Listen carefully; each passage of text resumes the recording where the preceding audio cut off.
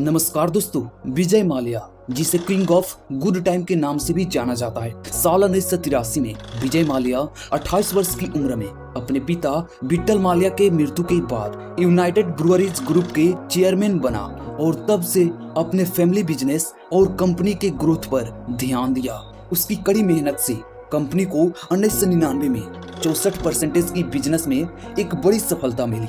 इसके बाद विजय माल्या इंडिया से बाहर अदर कंट्रीज में भी अपने बिजनेस को विस्तार किया एंड इसके बाद विजय माल्या शराब और एयरलाइंस के कारोबार का विस्तार करने का फैसला किया।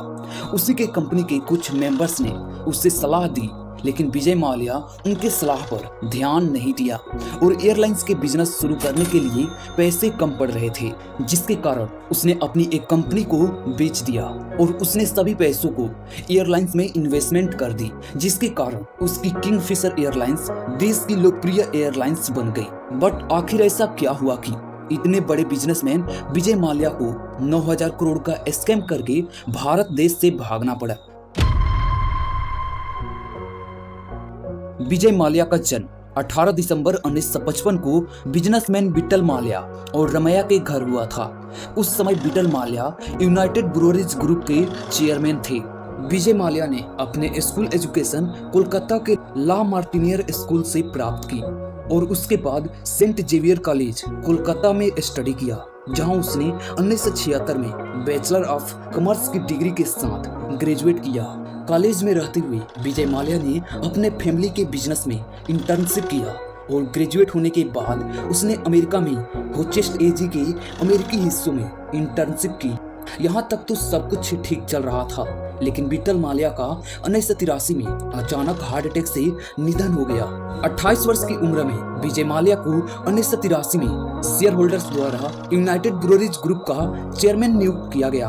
1983 में यूनाइटेड ब्रूअरीज ग्रुप में स्पिरिट्स डिवीजन की सेल अमाउंट लगभग 2.85 मिलियन थी। स्पिरिट्स डिवीजन किसी कंपनी का वह पार्ट होता है जो अल्कोहल और ड्रिंक्स जैसे पदार्थों को बनाकर मार्केटिंग एंड डिस्ट्रीब्यूशन का काम देखता हो। यूनाइटेड ब्रूअरीज ग्रुप का बियर बिजनेस मोहन मिकिन्स के ओनरशिप वाली गोल्डन ईगल बियर से मार्केटिंग में पीछे था। उस समय गोल्डन ईगल और मोहन मिकिन्स के अन्य बियर ब्रांड भारत में सबसे ज्यादा बिकने वाले ब्रांड थे। यूनाइटेड ब्रूअरीज ग्रुप के चेयरमैन के रूप में विकसित होने के बाद विजय माल्या एक सिंपल ड्रिंक्स बिजनेस को 60 से अधिक कंपनियों के मल्टीनेशनल अलायंस में बदल दिया, जिसका एनुअल बिजनेस 15 वर्षों में 64% बढ़कर 1999 में 11 बिलियन अमेरिकी डॉलर हो गया। विजय माल्या के चेयरमैन बनने के बाद यूनाइटेड ब्रूअरीज ग्रुप ने बियर और स्पिरिट्स दोनों बिजनेस में तेजी से इंक्रीज करना शुरू कर दिया। साल 2005 तक किंगफिशर बियर भारत के बियर मार्केट में एक लीडर बनकर उभरा।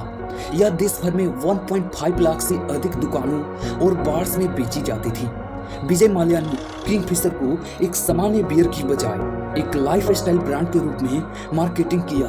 उसने ब्रांड को लोकप्रिय बनाने के लिए क्रिकेट और फार्मूला 1 जैसे खेलों से जोड़ा।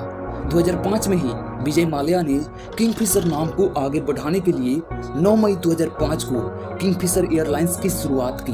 यह किंगफिशर एयरलाइंस अपनी लग्जरी और हाई क्लास सर्विस के लिए जल्द ही एक स्टेट सिंबल एयरलाइंस बन गई। किंगफिशर एयरलाइंस को फेम मिलने के बाद भी यह एयरलाइंस कभी भी प्रॉफिट नहीं कमा पाई।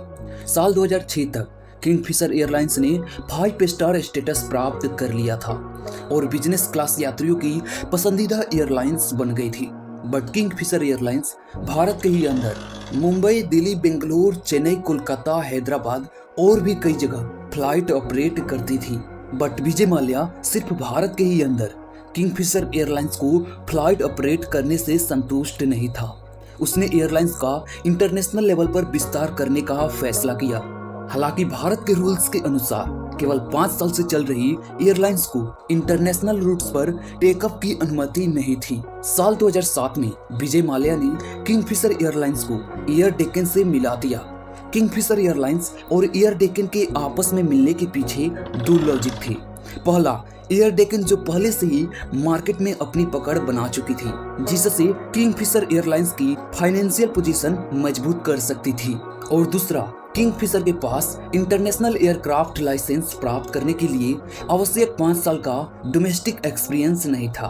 डोमेस्टिक एक्सपीरियंस के साथ एयर डेक्कन इस शर्त को पूरा कर सकती थी। साल 2008 में Vijay Mallya Indian Premier League IPL में रॉयल चैलेंजर्स बेंगलुरु नाम की एक टीम खरीदी। विजय माल्या ने आईपीएल को भारतीय क्रिकेट के लिए गेम चेंजर्स के रूप में देखा। उसका मेन उद्देश्य यूनाइटेड स्पिरिट्स लिमिटेड के सबसे लोकप्रिय विस्की ब्रांड रॉयल चैलेंज का प्रचार करना था। इसलिए उसने इस ब्रांड के नाम पर टीम का नाम रॉयल चैलेंजर्स बेंगलुरु रखा।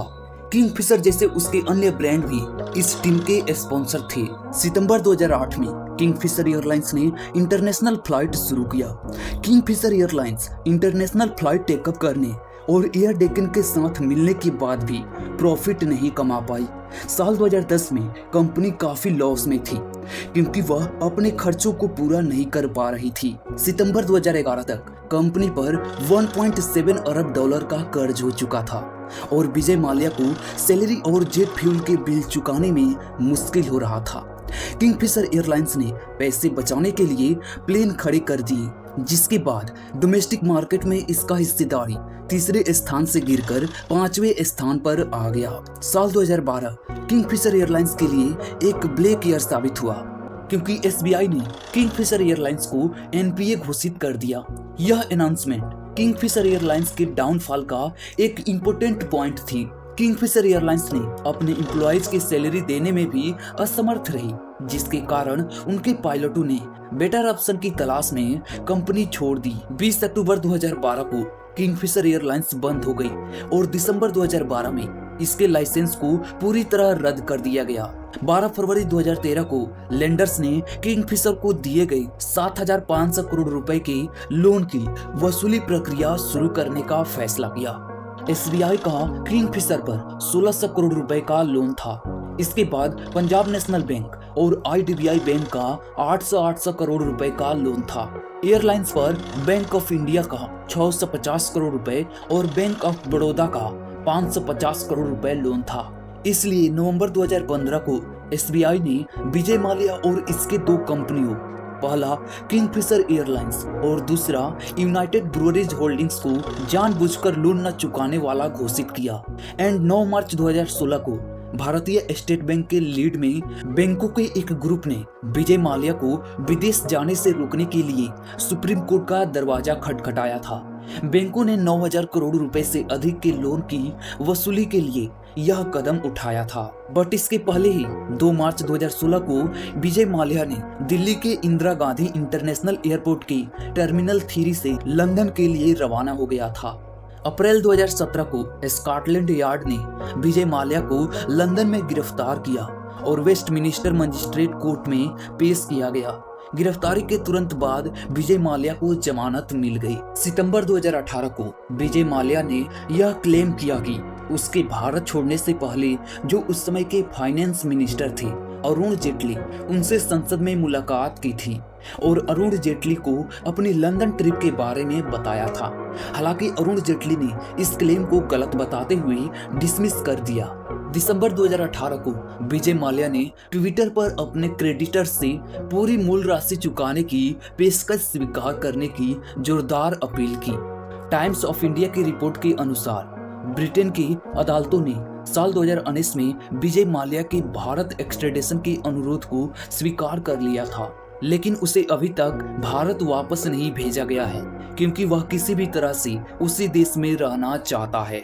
जून 2025 में विजय माल्या ने राज समनी के पॉडकास्ट में 4 घंटे लंबे इंटरव्यू की एक दुर्लभ सार्वजनिक उपस्थिति दर्ज कराई। यह इंटरव्यू 2016 में भारत छोड़ने के बाद विजय माल्या की पहली सार्वजनिक टिप्पणियों में से एक था। दोस्तों, आपको ये वीडियो कैसी लगी हमें कमेंट करके जरूर बताएं। एंड चैनल पर पहली बार विजिट किए हैं तो सब्सक्राइब जरूर कर लेना। धन्यवाद।